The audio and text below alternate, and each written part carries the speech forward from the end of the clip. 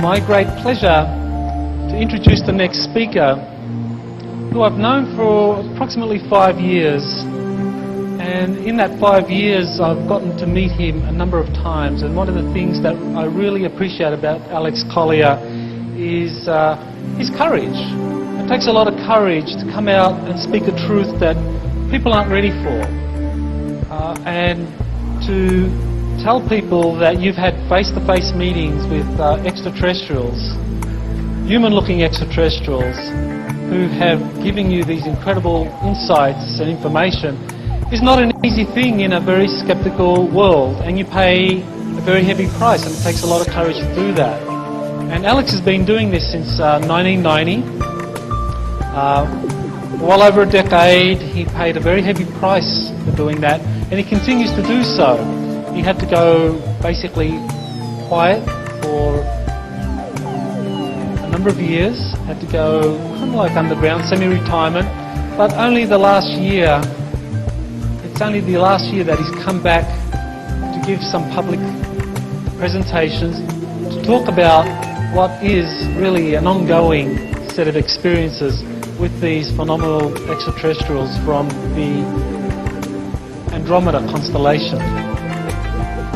There's really not much I can say to introduce you or to prepare you for what Alex has to say. It really is something to be open to. It's not an easy thing to accept that people are having these kinds of experiences, but I can assure you it's very, very real. It's something the government does not want you to know about. They are happy to let you know about scary stuff happening out there, but they don't want you to know about the experiences with really benign, loving, beautiful beings from the stars that are here to help us evolve to our next level. And so with that, I am honoured to introduce our next speaker, Alex Collier, who can really open us up to this remarkable phenomenon. Alex. Thank you, Michael. Thank you. Hi, ladies and gentlemen. Thank you so much for attending this presentation. I want to thank Dr. Sala and Angelica and all the staff for this incredible conference. It's just remarkable, and my wife and I are thrilled to be here.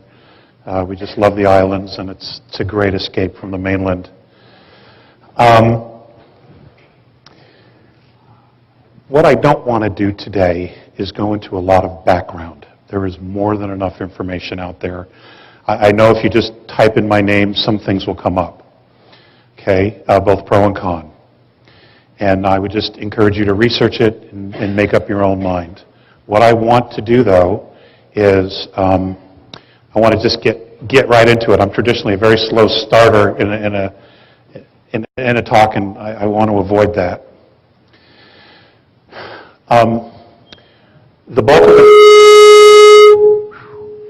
The bulk of the talk will be about mentorship. I want to spend about 15-20 minutes just kind of bringing you up to speed with things that are going on in the world. Obviously, I'm going to assume you're all paying attention to what's going on. The world politically is changing dramatically. We are moving towards a fascist world government. Individual liberties and rights are disappearing all the time. In fact, here in the United States, the only reason we have a Bill of Rights is because of the Second Amendment, because they haven't figured out how to get the guns.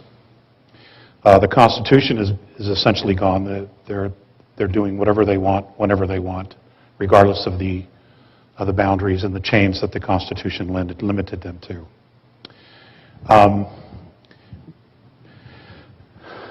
We have a world financial crisis. All of these things are done as a matter of control. And essentially what we have is we've had a global government for some time, actually, but now they're just becoming more and more overt about it because they feel so confident that they have everybody exactly where they want them.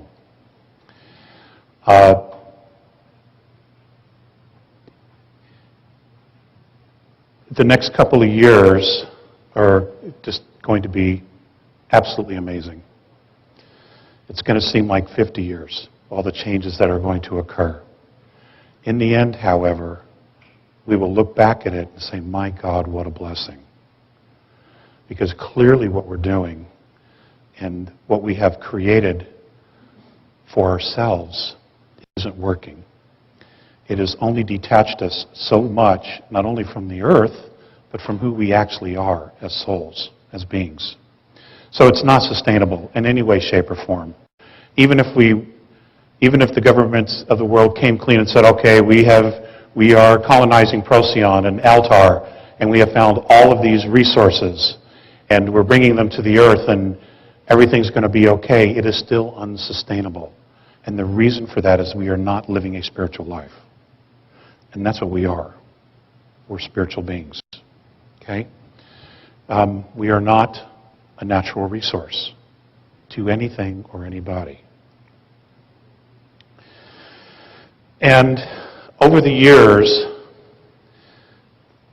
being with Morinae and Phaseus of the constellation of Andromeda and others, what's been very difficult for me, the learning curve for me was being able to shift my perspective to how they view us. And that's been a real challenge because, this reality is so real. It is so solid. And having been born and raised a Catholic and come from a very large family,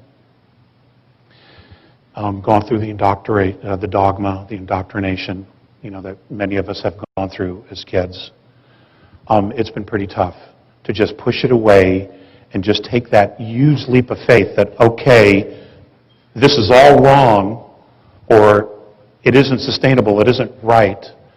I'll just take that leap, that risk, and just kind of move away from it, pretend it isn't there, and try something different. There have been enormous challenges. And I know I'm speaking to the choir. I know that this is a very evolved group, and I know that you have all gone through that. Vision quests, tremendous losses in our lives, all of these things challenge us. And those events help define who we are and who we've become.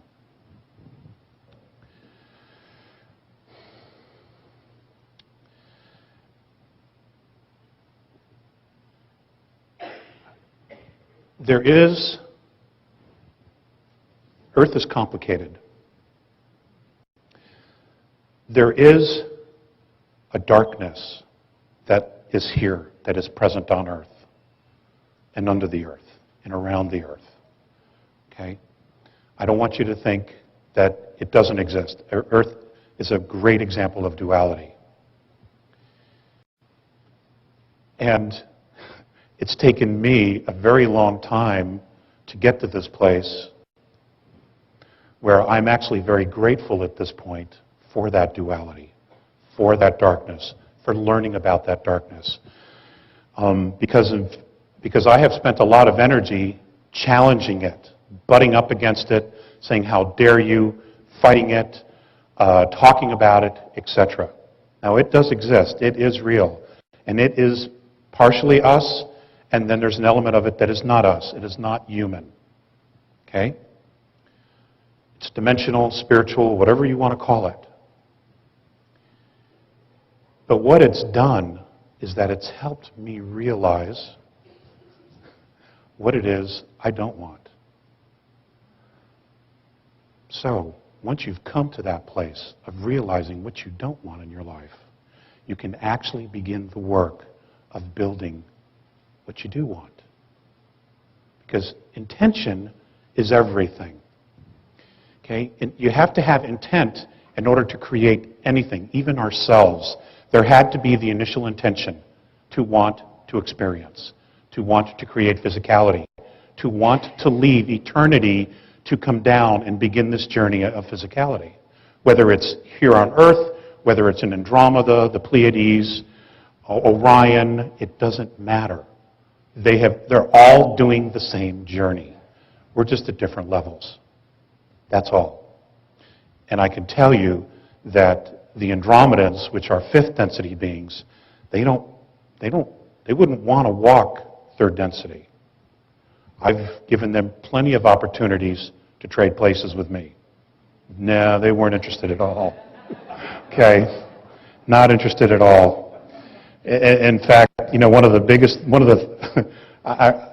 things that the first time I kind of put it out there was Mornay and Phaseus looked at each other, and Mornay said to Phaseus telepathically, because they're telepathic, how would we ever use money? Because they don't use money. They don't have a monetary system. It's completely, they just don't go there. Okay? So they didn't understand it. And if you've looked at some of the research, I did a presentation on money for them. Mornay had asked me to do that. And after several contacts of going through this presentation, Phaseus just looked at me when it was over and he goes, I don't understand. Why do you have to pay to live on a planet you were born on? Okay? And that question still haunts me to this day.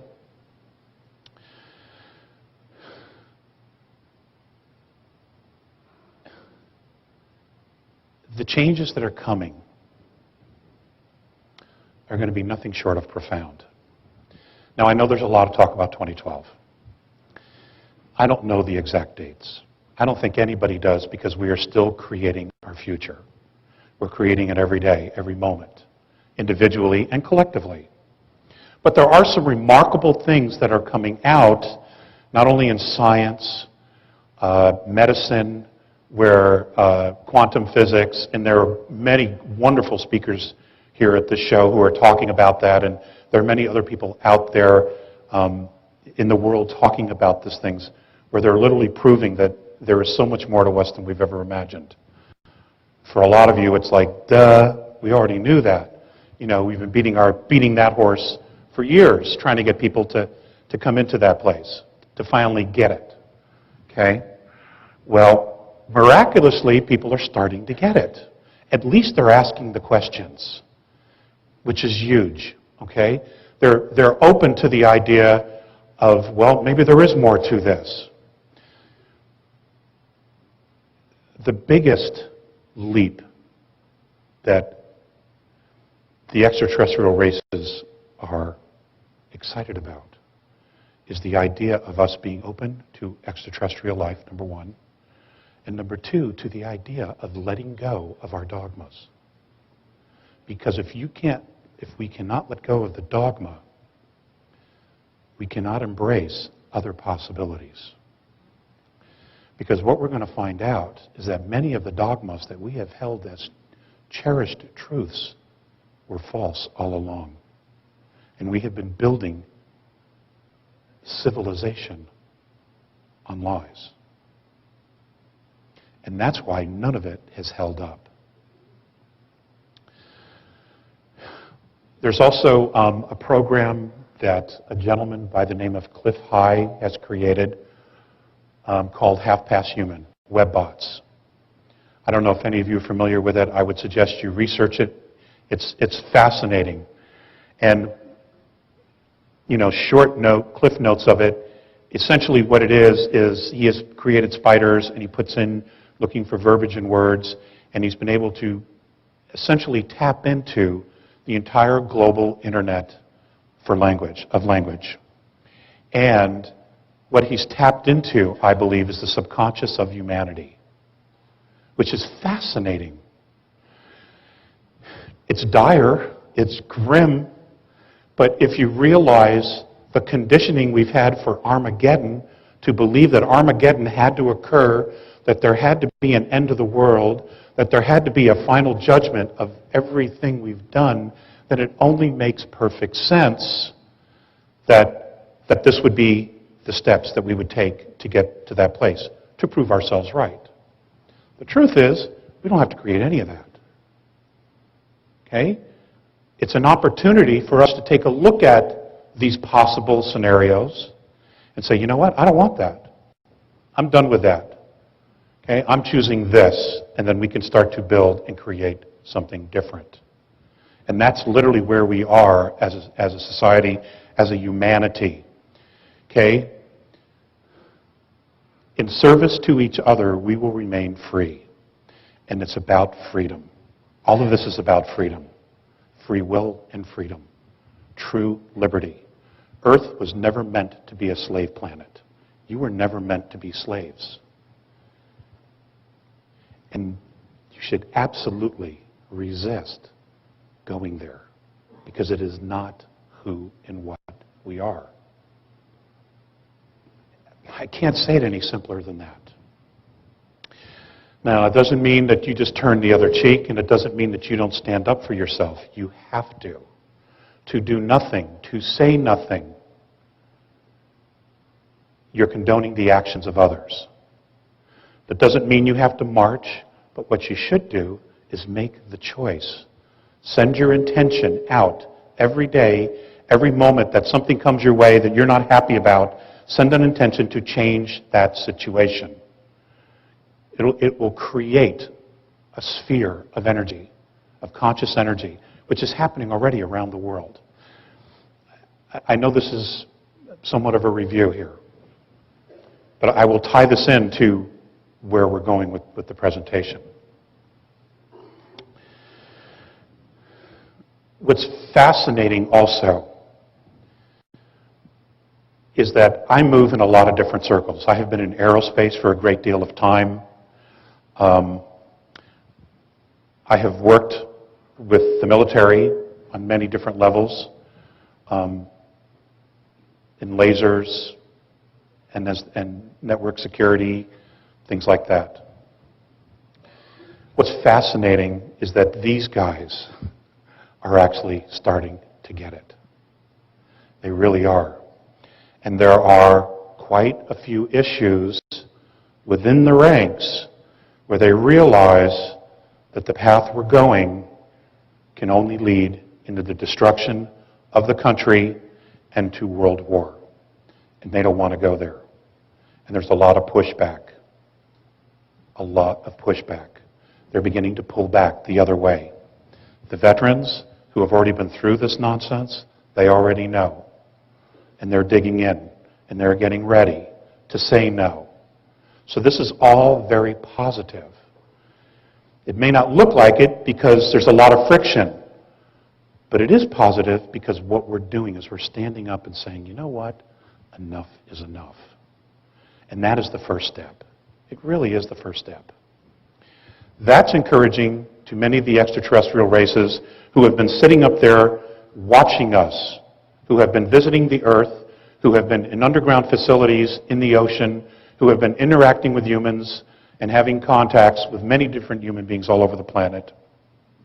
Billy Meyer is not the only one. There are many. They're encouraged because now they feel like they have something to work with. Because whatever they do to intervene, to intercede, it has to empower us. Otherwise, it's futile. If we will not take responsibility for ourselves, for our homes, for our planets, for each other, there's nothing to work with. They're extremely encouraged. So much so that the Andromedan Council has begun discussing mentorship of Earth. And as of right now, there are 4 races who have already signed up. And genetically, they are connected to Earth. Now, genetically connected to Earth means that they have been here in the past. They have probably been some of the gods that have been worshipped, who have left offspring and have created civilizations. Okay? Here. And we're the remnants of it.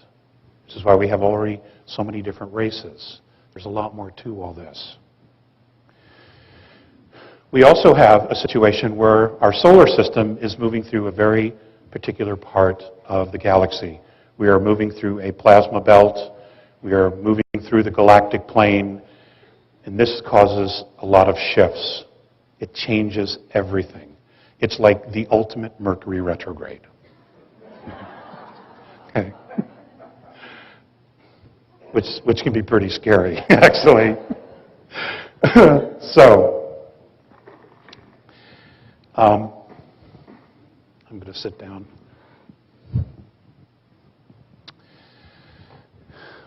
Here's the deal.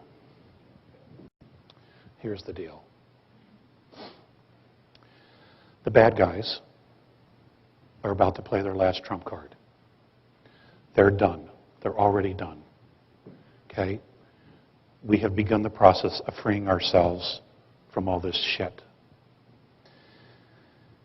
Bravo. Bravo. We have done what centuries.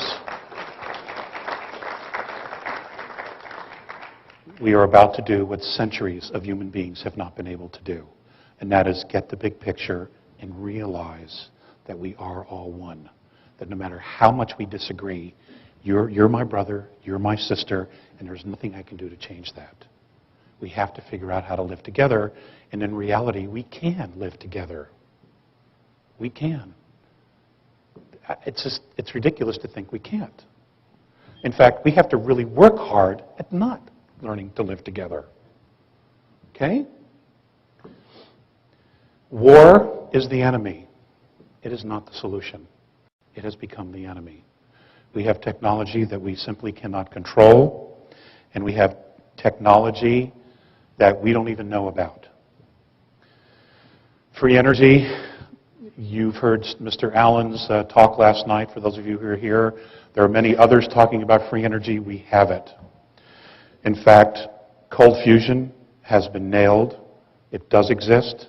A program working under DARPA has solved it, and literally for under $2 million, they can build a system that can power a city of 50,000 people indefinitely. It's a done deal, but they're sitting on it. They're sitting on propulsion systems that could take us to the stars. They're sitting on magneto drives that we could put in automobiles that can run forever. Electric cars. They're sitting on this. Even though you paid for it, we built the technology, okay? We don't own it. Private corporations do. But that's okay. That's okay. Because in the end, they won't be here, okay? They're done. Okay, it's all done. Now, what we have to focus on is what we want to create. Mentorship is not where we are saved, we are rescued. They're going to come down and police our streets. That is not what this is about. Okay? In their opinion, the idea of mentorship is to show you the possibilities. And the first thing that they would do would be, number one, to introduce us to ourselves. Give us some real, genuine history, and probably show us on the planet where that history is, so we can then again dig it up and prove it to ourselves. This is who we are. This is where we come from. This is what really happened. Okay? And this is where all the programs of war and hate and greed have come from. Okay? These are all learned behaviors, ladies and gentlemen. These are all learned behaviors. When we left the creation, when we left God, Great Spirit, we didn't have this crap with us. These are all learned behaviors. We all fell into time, and then we decided to try the light, and then try the dark, and then try the light, and then try the dark, and see how far we could go and how we would come back home. Okay, it's all been an experiment, all in the process of creating ourselves. It's amazing. It's absolutely amazing, especially when you can step out of the concept of time.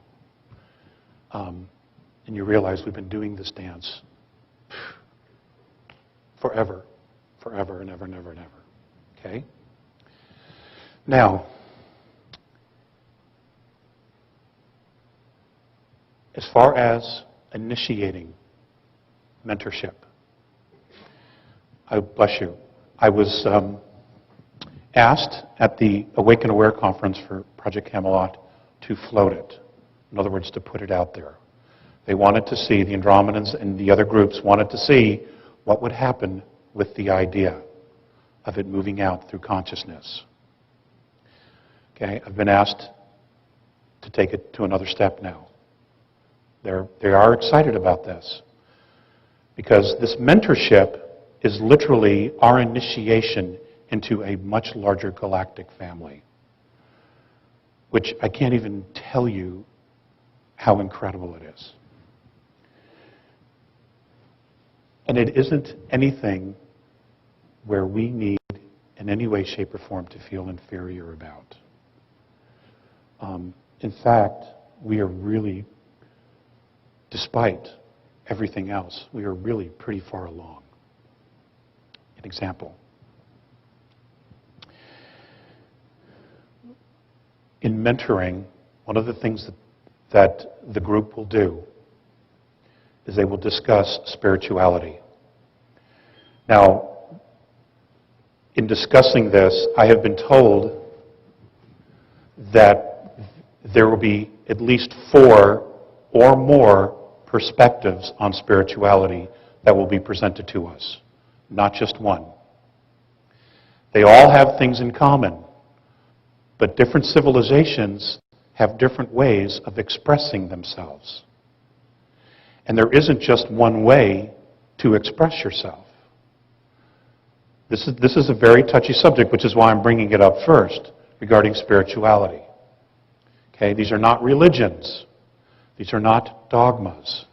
These are things that you will be able to test yourself, prove to yourself about yourself. Okay?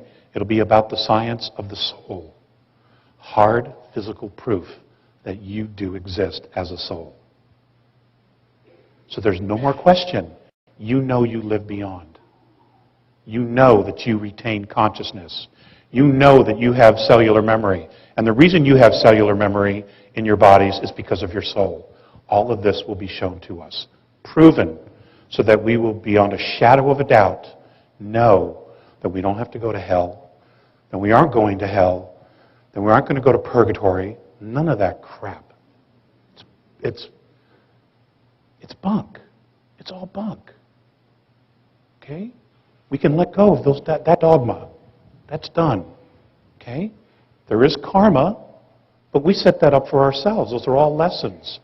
But you can balance those things. And we'll cover that a little bit. Technology. There was a lot of things that I had a lot of questions regarding technology, free energy, things of that nature. According to Mornay, we pretty much have most of what we already need. It's just been suppressed in the technology sphere. In fact, we have technology now that we're using every day that we could improve dramatically to make it last forever. Circuit boards. There are things apparently we can do with circuit boards that we use today that in our narrow short-sightedness, we're not implementing to its fullest capacity or potential. So we have most of what we need here. Planetology, what they call planetology, which we call geology here, is when you talk about energy, they would teach us the cycles of the Earth. How oil is created, petroleum is created, fossil fuels are created, and essentially what those cycles are. So that if we decided to stay with those, we would be able to rotate between fossil fuels, natural gas, solar, etc. So there would not be any disharmony. We would not overuse the Earth's resources in any way, shape, or form. But we don't know those sciences. All we do is we find it, we pump it out of the hole, we fill it full of seawater, and then we move on. Okay? Wrong answer. Okay? Electricity. We have electric cars. There is technology that already exists that can be improved. They literally do not have to give us anything else at the moment except ideas that we can create. Their thoughts were, why aren't all the major cities inside the cities using electric vehicles? Because you're traveling short distances inside major cities. Why not use electric there? And then use petroleum on the outside for longer distance and for shipping, things like that, at least to start. They have so many suggestions that we could use right off the bat. The biggest change, the biggest mentoring would be in health.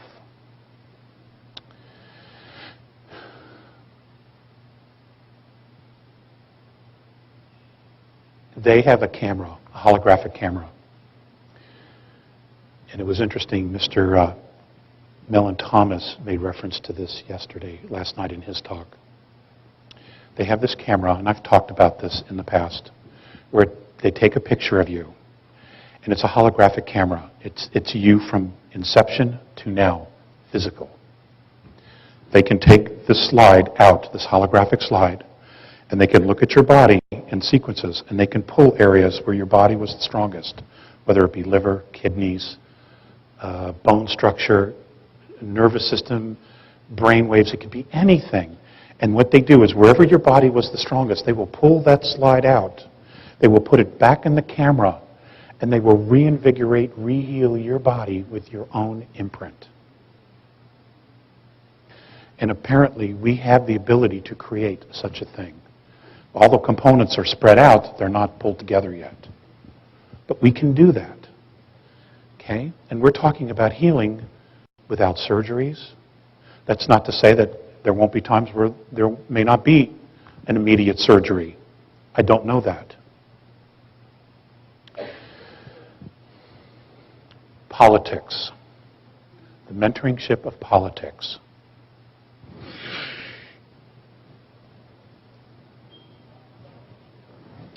They consider politics and religions the same thing. Okay?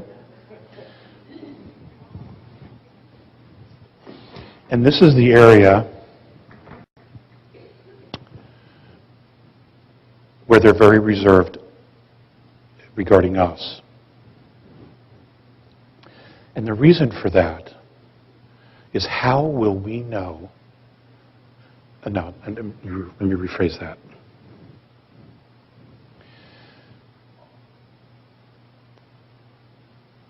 Can we, will we, let go of traditions and dogma to embrace something we don't know? I'll give you an example.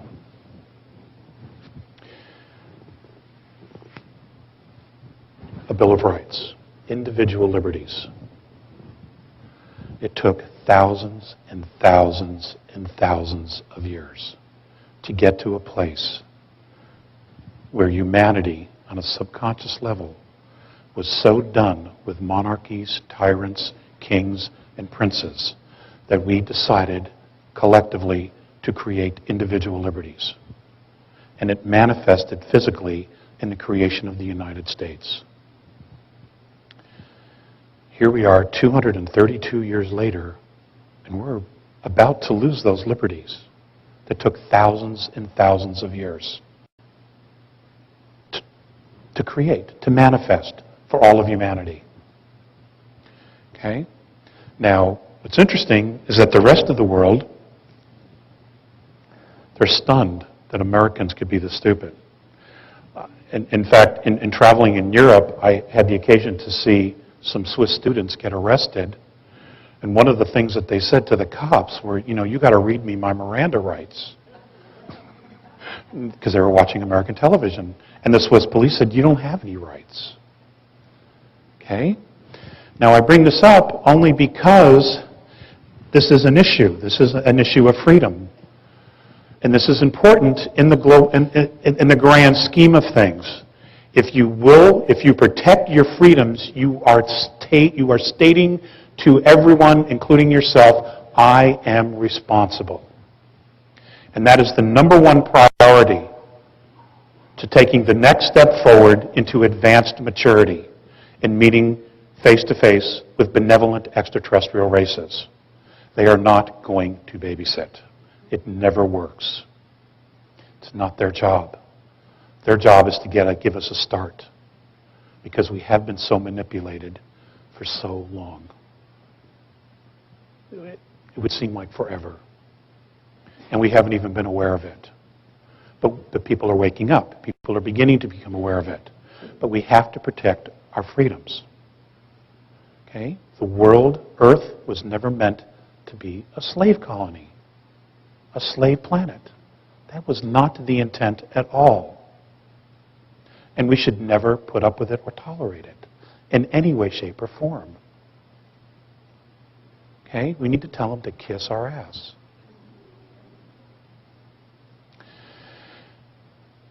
So that's the big concern. Will we make that leap?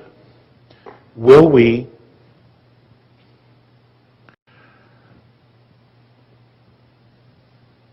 let go of having to be right in order to know what the truth is? I've had that very question put up to me, said directly to me. Can we also truly learn to forgive? Because everybody's had a role to play here. Okay? We've all had a role to play in creating this scenario, this game. Now,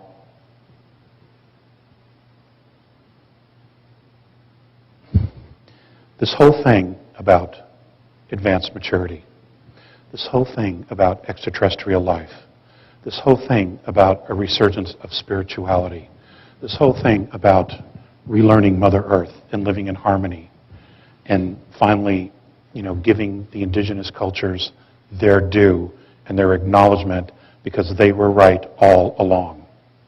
Okay? We were wrong. Civilized, industrial civilizations, they're not in balance. It's not to say they can't be, but what we've created is completely out of balance and has pushed the Earth to her limit. So we have to give them their due.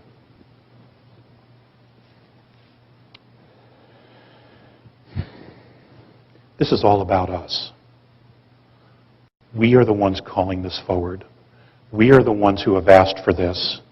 We are the ones who are making this change ourselves, within ourselves. We are the ones. This isn't where... Well, nobody else is responsible for this but us. Okay?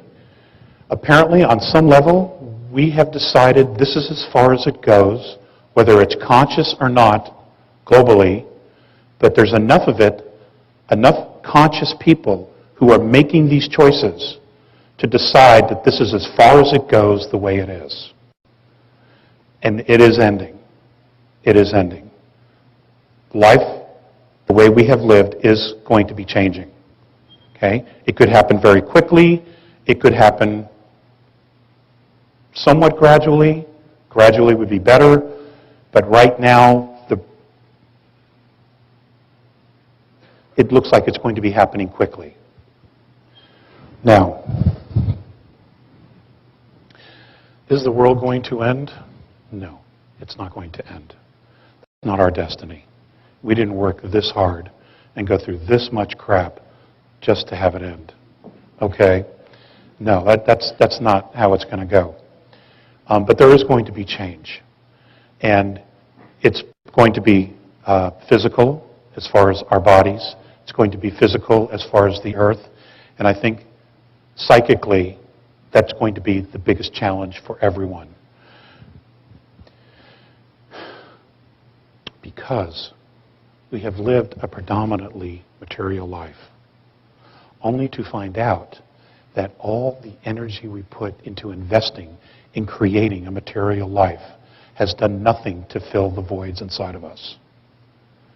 And people are going to have their own dark nights of the soul when they come to that place and they look at themselves and they just say, oh shit, it was all for nothing. Okay? And I know lots of people who are going through that right now, especially men. They did all the right things, said all the right things, worked all the right jobs, dedicated themselves, gave themselves away, all to find themselves completely empty. And they're having to look at that. And they're having to realize everything that they had been taught, much of it, wasn't what it's about at all. It's not what it's about. It's going to bug the men the most. Ladies, you're already so intuitive. You're just, I know, I told you so. Yeah, I already hear it. I told you so. Okay. So I said it for you. Okay? But the guys are going to have to reach down deep inside of ourselves, and we're going to have to look for that intuitive piece. We're going to have to learn to trust that intuition and not just our ability to mentally strategize everything that's going to happen in the world. Well, if this happens, I can do that. If that happens, I can do this. If these two things happen, well, I can do that. But then there's this, so I need to compensate for that. I mean, we make ourselves crazy doing this, okay? Because we haven't really learned to get to that place inside where we just learn to trust the flow. Because we've not embraced the flow in a very long time. Now, I don't necessarily mean the gentleman in the group here, okay? But I am talking about the outside world. There are a lot of people really struggling because they've done all the right things and they cannot understand why it doesn't work, okay? And they're blaming God, they're blaming their relationships, they're blaming everything, the government, and it isn't any of that. It's just that we've been on the wrong path and we've been building the wrong kind of life. And now we have an opportunity to do something different. But, oh, it's not a but what we need to do, though, is we need to focus on what is it that we want to create. What does a planet of peace look like? What does a planet without war look like? Do we still want to have a planet that has a monetary system? Do we want a planet where there are no pharmaceutical companies, we just use natural ways of healing? Color, light, and sound. You know, these are not overnight transitions, but it's a preparation. And those of us who have gotten it and have been talking about it for 20, 30, 40, 50 years, you're now finding yourselves coming to a clearing, and there are going to be people waiting for you saying, how did you know? Can you teach me everything? I need to know now everything because our survival instinct is so strong. And we realize that the system we have isn't working. It's coming apart. And we're blessed that it hasn't happened all at once, that we can take this gradually. But it is happening. Okay? The blinds are being lifted. People are coming out of their comas. And this is what it's about. And it's happening in all walks of life.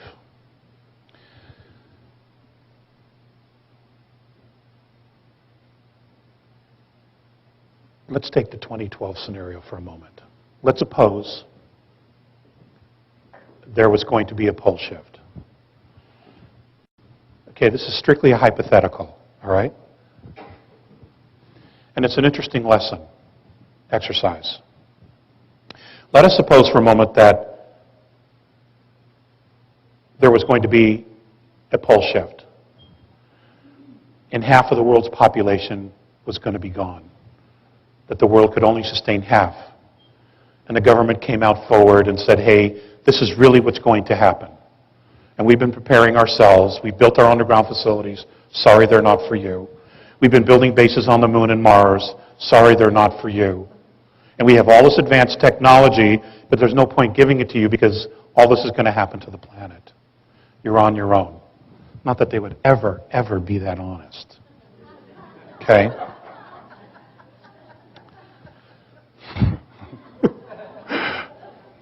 Okay? Well, let's just suppose. So let's suppose you now knew for a fact that we had a year and a half to 2 years. What would you do different with your life? What would you do with those last 2 years? Would you start selling real estate? Right? Would you become an artist? Would you allow yourself to fall in love again? Would you allow yourself to give forgiveness that you've been denying someone? Would you want to heal old relationships? Would you want to write a book? Would you want to travel? Would you want to learn to swim? I mean, whatever. What would you do differently if you knew you had 2 years? Now, I'm talking about as a planet. Now, individually, people face these realities every day through disease, cancer, and the such. You know? And they're the bravest people in the world because they know. They've been given a diagnosis that's terminal. Many don't die, but others do. But they live with that every day. And every day, they have the courage to get up and keep doing whatever it is that they want to do. What would we do differently as a society, as a global planet? This is not just an American issue. This is a planetary issue. And I have to tell you, the extraterrestrials don't see us as Russians, Chinese, Americans, Japanese. They don't see any of that. We are one race. Irregardless of our differences and our languages, we are one race to them. Only we don't believe that. We're the only ones who don't believe that. Okay? What would we do differently? What would you do with your life? How would you live it? Would you be the most benevolent person you know? Would you go the other way? You know? Would you be a gangster? You know? Would you sing love ballads or would you sing rap? You know, everybody...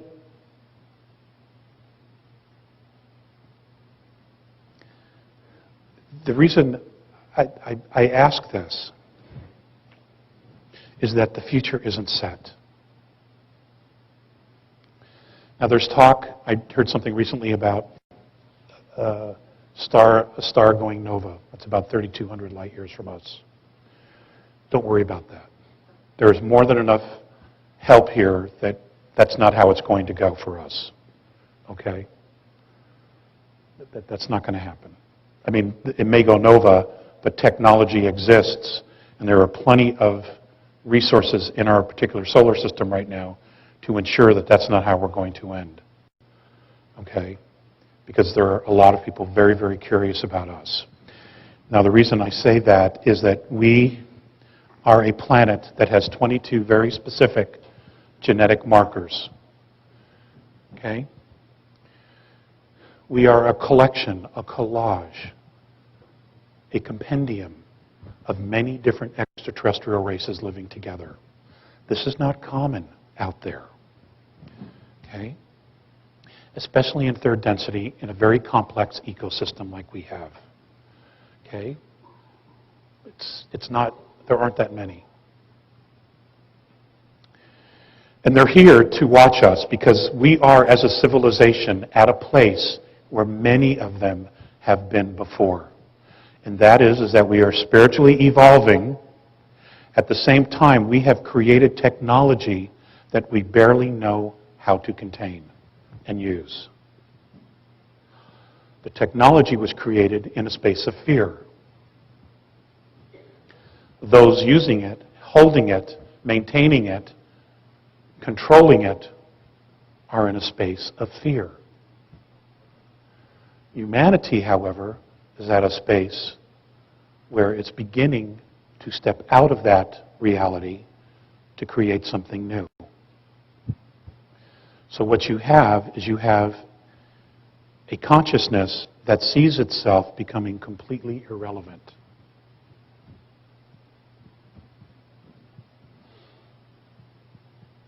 Which makes them unpredictable. You know, and nuclear weapons are no laughing matter, ever. Okay? Now, there are extraterrestrial races, benevolent extraterrestrial races, having contact with some military sources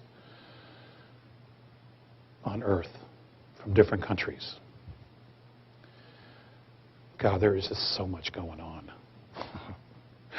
And the wild card here really is us. We're the kingpin.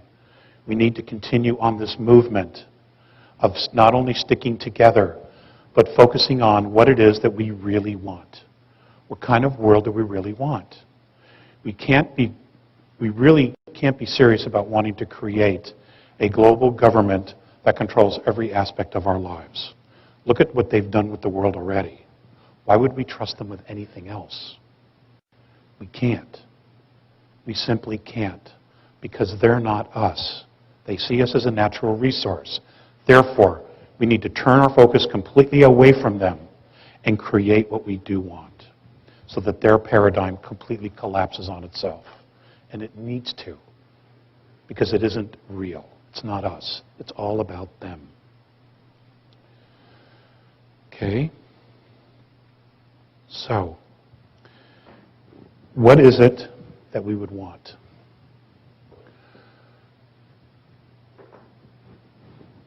The protocols for contact. This is very difficult. And what makes it difficult isn't the actual, okay, here we are, now you see us, here's our ships, now you know we're real, okay? The difficult part is, how do we set up the protocols? How do we approach them as an equal without worshiping them, because that will make them leave in a heartbeat? The benevolence, anyway. They're not into that. Okay? The regressives, they'd be more than happy to allow you to worship them, because we've got a history of that already. It's in the Bible, Old Testament, Egyptian books, Sumerian texts. Got plenty of history of that. Okay? That's never served us either. Begin within yourselves to begin visualizing what the protocols would look like. Now, in the last conversation that I had, I asked who would be the most likely people at the moment, the way things are now, that they would contact to begin a dialogue regarding mentorship. And the answer would probably surprise you. It definitely isn't the United States. Okay? Even though we have probably the most advanced technology the world's known since Atlantis. It's the Japanese. It would be the Japanese government at this moment. Because of their prudence, because of their integrity, and because of their dedication to their own people. Now, that's something to think about. Okay? This is a country that took 3 nuclear weapons. Okay? And look at how far they've come. So, when will this happen? I'm not exactly sure. I do know that between now and the fall of this year, huge events are going to occur.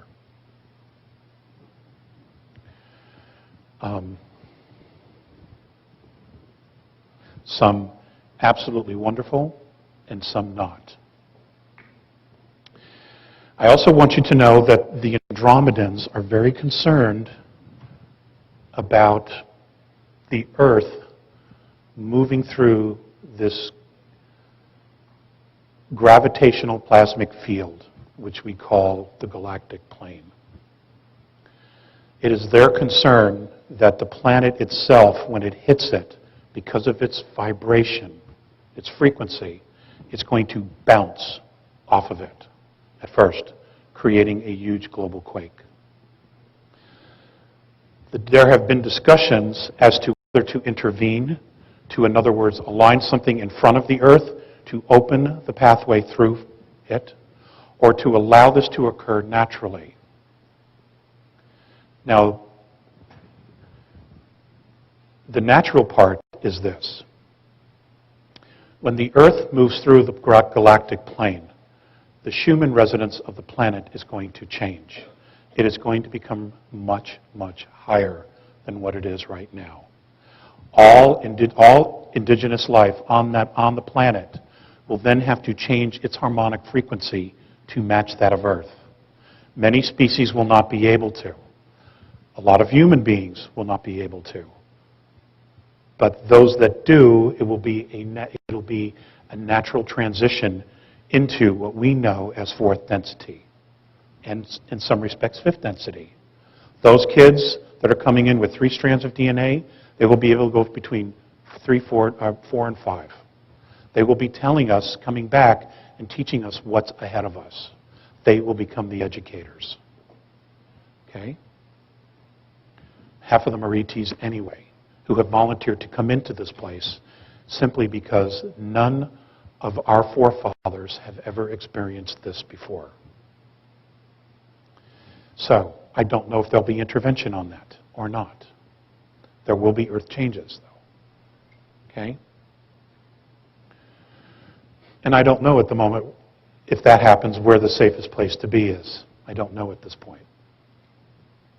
If I find out, I'll definitely let you know. Okay? But intuitively, you will get it. I'm sure you will get it, that you will be exactly where it is you're supposed to be. And you will know exactly what it is you're supposed to do. Okay? You have to know that, because that's what this is about.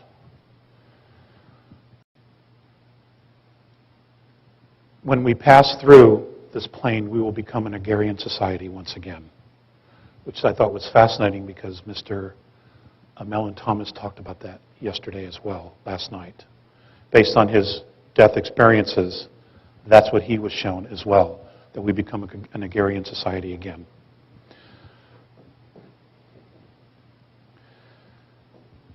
It's not to say manufacturing will go away, it won't, but we will not solely be on it. We will become indigenous people once again with the planet. I'm also told that many people, once we have passed through this transition, this change in frequency and harmonics, that many people will opt to go to different star systems and represent Earth, represent our civilization. Because there is a huge perk to being the only planetary society to actually go through such a shift as this.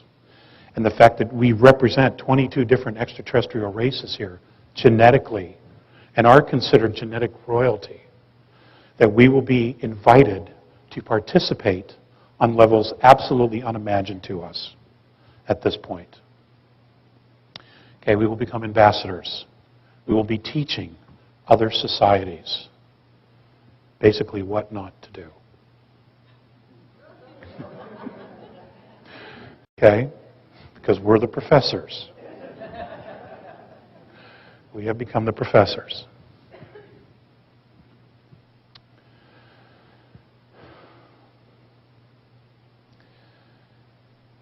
A gentleman, and I'm not sure if he's here, his name was Gilbert.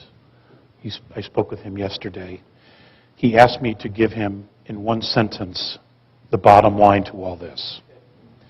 And I've been searching for that one sentence, that bottom line, all my life. But I heard someone else say it yesterday. And it is simply, love your life. You can't say it any better than that.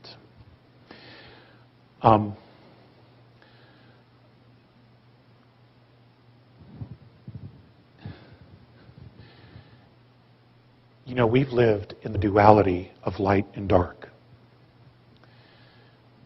But we've almost completely ignored the fact that there's a third duality here, and that's balance. Okay? We have always been somewhere between the two, never realizing that the balance is actually its own duality as well. And none of us have given that space enough credit. And we certainly don't teach that in our spiritual philosophies or religions of the earth, of just finding the balance. Many of the indigenous cultures have known that all along. You know, they've known about the balance. And in saying that, I brought that up specifically because what needs to be acknowledged here is that the United States changed the world. It changed its perspective. It changed the direction. Up until now, it has probably done more good than harm.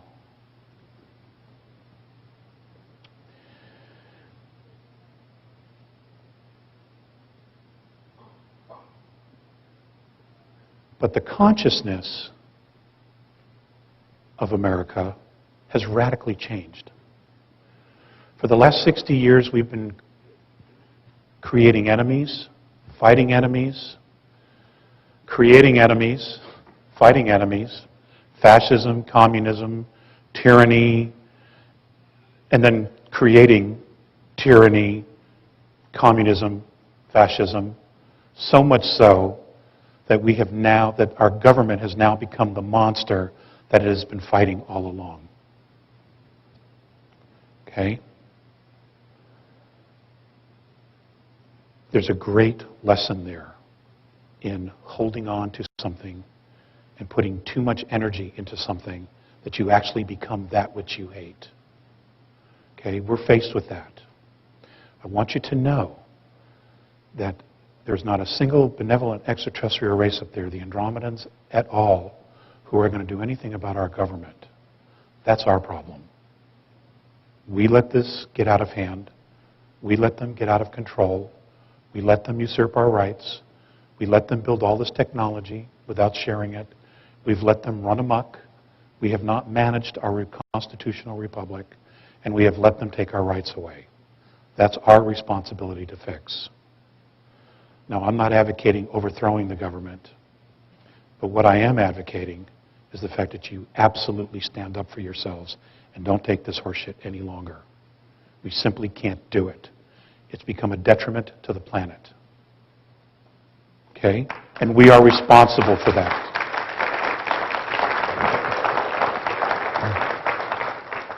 Now, having said that, and this is an unintentional plug for Dr. Sala's book, okay? But I was going to talk about this anyway. In the late 50s, the United States government signed a treaty with an extraterrestrial race who they believed to be benevolent. And agreements were reached, and there were terms to that treaty. And shortly after that treaty was signed and agreed upon, the extraterrestrials broke the treaty, because technologically they were far more advanced than we believed they were. Okay, so the government was tricked into it. However, we called that upon ourselves. We brought that experience to us because of our treatment and our behavior with treaties. Just ask the Native Americans. We signed 263 treaties with the Native Americans, and we broke 263. And it goes on and on and on. So if you need proof of karma, there's one for you. Okay? We drew that to us because we haven't walked our talk. We talk about it. We sing about it at sporting events. You know, we beat our chests, but we haven't walked it at all. Okay? It's in our face, ladies and gentlemen. It's in our face. And once again, America is at the forefront of this. Okay? This economic crisis, in the end, will be a godsend, because what will happen is the ridiculous laws and restrictions and regulations we have put on ourselves will all fall away because there'll be nobody to support them. That's number one. Number two, what makes us great is that we think out of the box. We create something out of nothing. We create solutions to impossible problems. That's what's made us great. Okay? We need to re-embrace that spirit, that wild spirit that freed the world, that changed the world. It doesn't mean that we cannot share that spirit with other nations, because other nations are getting there. Hell, Russia's just as free as we were 25 years ago now. They're changed so dramatically. They realize that what they were doing no longer works. Okay, there's a lesson there. Putin was very specific. Don't go to communism, it doesn't work. Okay? But this is not about politics. This is about control. This is about control.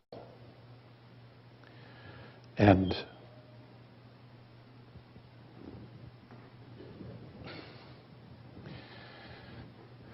it's about you. It's about me. It's about us. It's about our kids. Okay? It is time to create something different.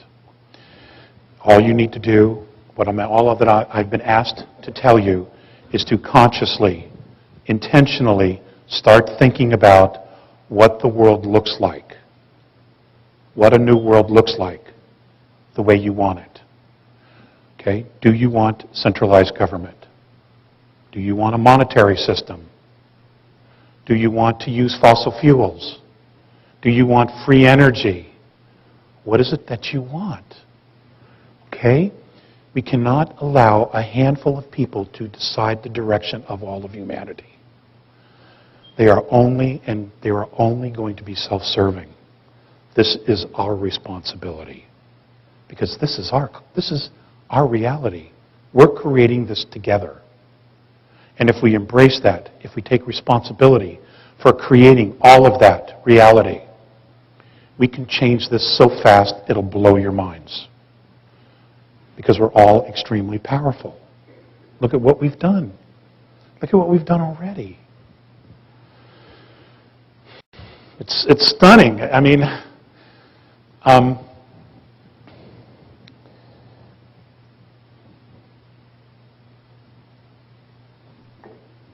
experience that I had when I go on board, they're fifth density beings. Immediately that I come on board, a belt is put on me. And essentially what the belt does is it holds all of my atoms together so that I don't fly apart. Because I'm a third density being. My vibration is very slow compared to them. This belt regulates the speed of my atoms so that I can actually coexist with them. Now what's fascinating about that, what's fascinating about fifth density as a third density being, is that my body is moving before my thoughts are. In other words, if they start walking, I'm walking before I stop to think about walking.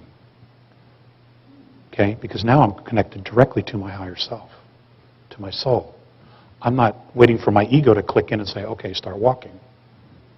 Okay? The other thing that was very, very difficult, and I'm going to give Joan Ocean credit for this because she brought it up yesterday in a conversation we had, is you feel like you're losing yourself. You feel like you're just dissipating, becoming invisible. And you're actually not. What's happening is that on a higher vibration, your ego doesn't exist. It falls away. It simply cannot exist in that harmonic. It has no relevance whatsoever. And then what happens is, and it takes some time to adapt, is you're confronted with who you really are. You're introduced to yourself. And at first you don't recognize it because we're so conditioned to this. You know, we're so conditioned to all of this that this is what feels real. Logically, we know we have a soul. When we meditate, we get into that space, but we are still totally conscious of the fact that we are in a physical form. There, in fifth density, my experience has been, you don't even think about the physical form at all. Okay? You're moving, your physical form is trying to catch up to you. It's absolutely amazing. What's also amazing is that if you close your eyes, you can see 360 degrees around you. Okay, you know exactly what's going on everywhere. I could feel everyone that was around me. I could feel their emotions. I could feel them look at me. I could feel them think about my appearance, what I represented, how I was standing, all of those things. I didn't always hear the telepathic communication because a lot of it wasn't directed specifically at me. When it is, you hear it. And it's like we're speaking now, and you know that it's coming from someone because they're looking directly at you. Except their mouth isn't moving, but you're having the dialogue. And for those of you who are mediums or channels, you know exactly what that's like. Okay? We will be moving into all those spaces. All right? We will be, and we need the mentorship so that we don't freak out and flip out, so that we can truly understand how to embrace our essential selves, what it's all about. The whole purpose of going through all of this stuff for humanity, all the thousands of years of tests, trials, tribulations, previous pole shifts, all of that was to take ourselves through this exercise, to move from third through fourth and eventually into fifth density. That's what this has all been about. It's all been a school. Okay? And we all volunteered. None of you were taken from a ship, thrown out the window and said, make it, figure it out. It's not how it happens. You know, and I wish it were, because then we'd have some other excuses. Okay? But we don't. That's what this is about.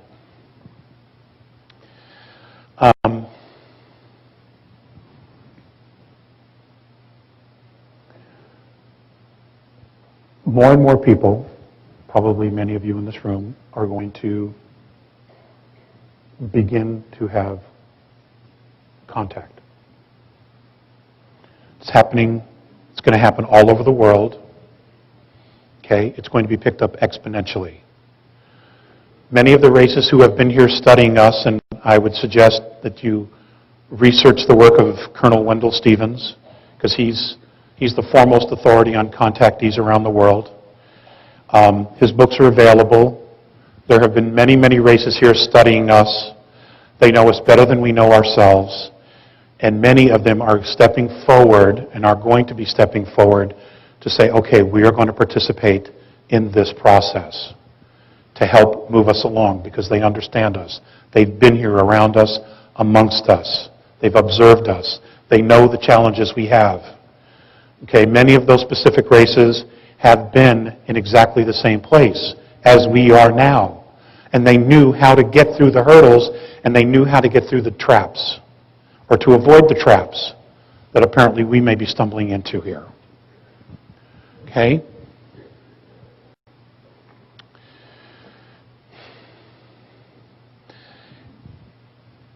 Again, I know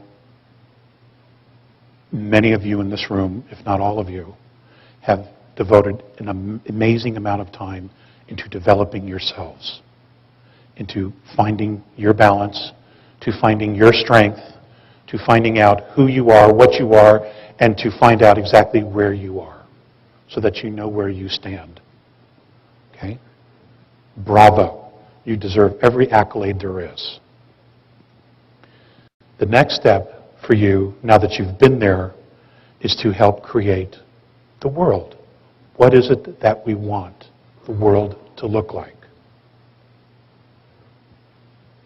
Okay? It's us. We have to do this. No one else is going to do this for us. It has to be a grassroots level. All it takes is conversation, discussion. You know, if you put out the intention, I need to know about this information, and you put it out and you keep putting it out, even if it's just for 10 seconds a day, you will draw that information, that knowledge to you. The right people will come to you. The opportunities will come to you. You have to trust that. I'm learning to trust that. Because I'm a guy, I still overanalyze everything. Okay? But my wife is kicking my ass in that direction and making sure I get that. And I love you for it. Okay? This is all about us. We have drawn this entire experience to ourselves, so we need to own it. And the faster we own it, the more empowered we will become about the process. The more it'll make sense to us, the more intelligent we can discuss it. And as this process begins, people around you you'll find yourself in a position of leadership. Okay? You will find yourself being the teachers. There was a great line in Sterling Allen's presentation, quote, where he said, if you're one step ahead of the world, you're a genius. If you're 2 steps ahead, you're a crackpot. Okay? It was a great line. So I borrowed it. We've all been crackpots. Okay? Soon we're going to be geniuses. But that's when the real work begins. Okay? And the idea is to try to get everybody else up to speed. Do what you can. Just do what you can. Don't overextend yourself to the point where you can't keep yourself centered and balanced. You have to keep yourself centered and balanced. Okay? It's not necessary for you to save the world or to want to save the world. If you become the example, it will reflect and other people will get it around you. And the tide is definitely changing. The frequency is changing. Again, I want to put this out there one more time. If you had 2 years left to live on Earth, what would you do with your life? What would you do? Just think about that. What would you do? What would you do differently? If you wouldn't do anything, bravo, you're there. But if you would do something differently, what would you do? What would make you happy? Okay? My wife has a great expression. We're all sitting on the G waiting for the O. Okay?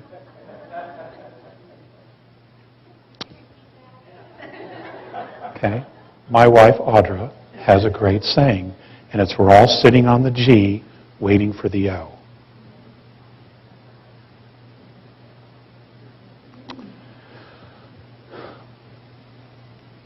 Ladies and gentlemen, you are my brothers and my sisters. I love you. I am honored by you.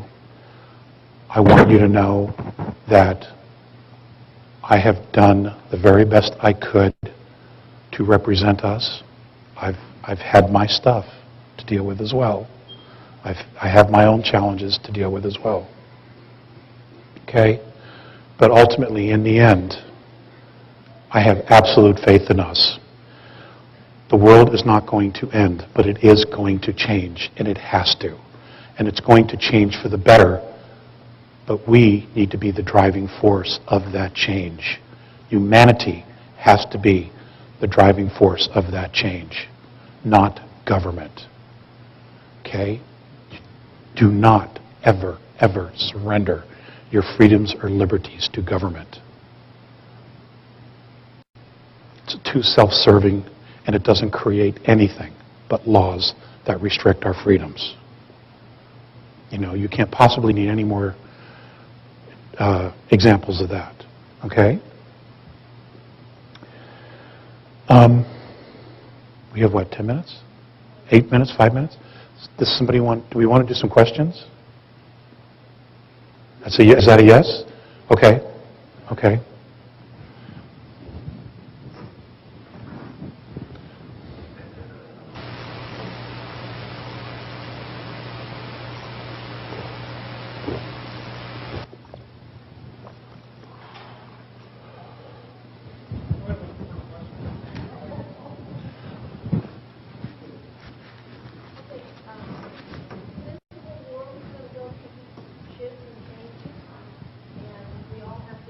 Stand up, for what is right, true to our spirit. I'm curious about what's going on, and what do they say about what's going on with the Middle East? I'm sorry, what? The Middle East. Same thing that's always gone on in the Middle East. They're watching it. It's all a play. It's all a drama. Okay? It's all about control. It's all about creating war. It's all about distracting us and creating a space of fear. That's what it's about. Because if we're all in a space of fear, we are not creating in a space of love. When we're in fear, we basically imprison ourselves. We put ourselves in a box. When we're not in fear, we are free to create. In fear, they're in control. In love, we're in control. That's all it is. It's the same drama that's been playing itself out for 4,000 years. It's the same thing.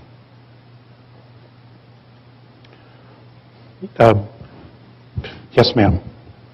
I am so ready for some contact. What is there a good way to prepare for that, or is there certain signs to look for, or